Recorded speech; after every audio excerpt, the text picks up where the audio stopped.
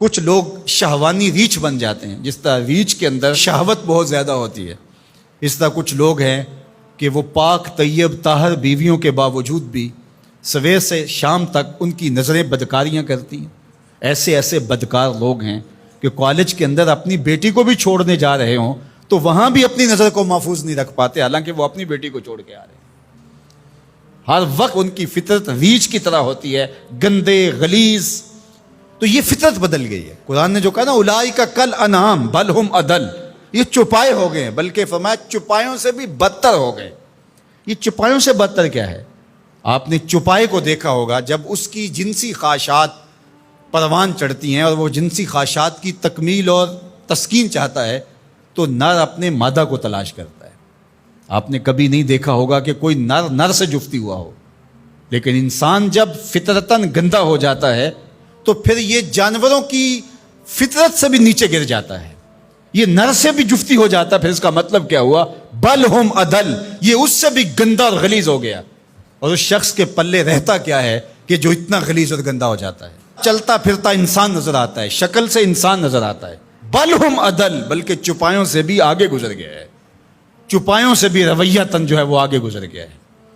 وہ درندہ بنتا ہے تو پھر جانور بھی جانوروں کو جو ہے وہ چیرتے پھاڑتے ہیں اور ان کا قتل کرتے ہیں، شیر، لیکن اس کو صرف اس وقت قتل کرتا ہے جب اس وقت بھوک لگتی ہے۔ جب اس کو بھوک نہیں ہوتی تو وہ کسی دوسرے جانور کا شکار نہیں کرتا، اور دوسرا وہ شکار کرتا ہے تو اپنے ہم جنس کا شکار نہیں کرتا، دوسرے کا شکار کرتا ہے۔ اور انسان جب درندہ صفت ہوتا ہے تو یہ انسانوں کے گوشت کے ٹکڑے کر کے اس پہ رقص بھی کرتا ہے۔ آپ تاریخ کی کہانی، اس نے اپنے سکے بھائیوں کو قتل کیا ہے، اس نے اپنی بیوی کو قتل کیا۔ یہ پچھلے دنوں کے اندر ایک خاتون کی کہانی پڑھی تھی، اس نے اپنے شوہر کو قتل کر کے ہنڈیا میں پکایا۔ تو پھر بل ہم اضل ہے نا، یہ چپایوں سے بھی بدتر ہو جاتا ہے۔ درندہ ہوتا ہے درندگی میں، یہ چپایوں سے بھی بدتر ہو جاتا ہے۔ یہ ماضی کے اندر جہاد کے نام سے جو کچھ ہوا، انسانوں قبروں سے نکال کر کے ان کی لاشوں کو چوراہوں پہ لٹکایا گیا۔ تو انسان جب درندہ بنتا ہے تو پھر کہاں سے کہاں چلا جاتا ہے، چاہے وہ شہوانی ریچھ بن جائے، چاہے وہ بھونکنے والا کتا بن جائے، پھر اس کی گندی زبان سے کوئی بھی محفوظ نہیں ہوتا۔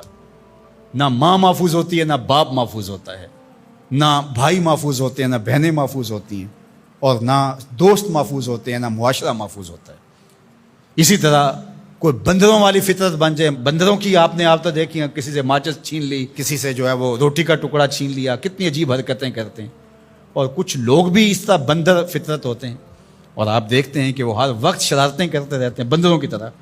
تو وہ مسخ حقیقی نہیں ہوتا، وہ مسخ مانوی ہوتا ہے۔ تو بنی اسرائیل کے اندر جو مسخ ہوا تھا، تو ایک قول تو یہ ہے کہ وہ مسخ حقیقی ہوا تھا، ان کی شکلیں ہی بندروں والی ہو گئی تھیں۔ لیکن دوسرا قول یہ ہے کہ مسخ حقیقی نہیں ہوا تھا، مسخ مانوی ہوا تھا، کہ شکلیں تو بندروں والی نہیں ہوئی تھی، عادتیں بندروں والی ہو گئی۔ اللہ اکبر، عادتیں بندروں والی ہو گئی۔ اس امت کے اندر مسخ حقیقی نہیں ہوگا، اس امت کو اللہ نے محفوظ رکھا ہے مسخ حقیقی سے، لیکن مسخ مانوی ہوتا رہے گا۔ لوگ مختلف جانوروں کے مشابہ عادات اختیار کرتے رہیں گے۔ اور آج ہم اپنے معاشرے کے اندر دیکھیں تو کوئی کتا صفت ہے، کوئی بندر صفت ہے، کوئی ریچھ اور کچھ درندے کی عادات کو اپنے اندر اتارا ہے۔ درندگی، سفاکیت، یہ ساری انسانوں کے اندر اتر آئی ہیں، تو پھر وہ انسان نہیں رہتے۔ غالب نے کہا تھا نا کہ آدمی کو بھی میسر نہیں انسان ہونا، جب یہ حد سے گزرتا ہے تو پھر بہت آگے نکل جاتا ہے، اور پھر یہ انسان نہیں رہتا بلکہ بندروں اور خنزیروں سے بھی آگے بڑھ جاتا ہے۔ اور یہ میں نہیں کہہ رہا، اولئک کل انعام، قرآن کہتا ہے یہ چوپایوں کی طرح ہے، بل ہم اضل، بلکہ چوپایوں سے بھی گیا گزرا ہے، چوپایوں سے بھی آگے گزر جاتا ہے۔ یہ تجاوز جب کرتا ہے تو اس کے پلے کچھ نہیں رہتا۔ تو انسان کی جو قدر و قیمت ہے وہ تو اس کے اس عقل و شعور، فہم، ادراک، اخلاقیات سے ہے، اور اگر اس کے پاس یہ کچھ نہیں رہا تو یہ شکل تو ابو لہب کے پاس بھی تھی، یہ تو ابو جہل کے پاس بھی تھی۔ تو اس لیے قرآن مجید کے ان احکام کا اور ان واقعات کا انطباق کرے اپنے اوپر کہ ہم اس میں سے کس عذاب میں، کس مصیبت کے اندر مبتلا ہیں اور ہو سکتے ہیں، اور اس سے بچنے کی صورتیں کیا ہیں۔ آج ہم اپنی خواہشات کے غلام بن جائیں اور شرعی تعلیمات کو، نبوی منہج کو، طریق کو چھوڑ دیں گے تو پھر ہم بھی بندروں اور جانوروں سے مختلف نہیں ہوں گے۔ تو اللہ تعالی ہمیں اچھا صالح پاکیزہ انسان بنا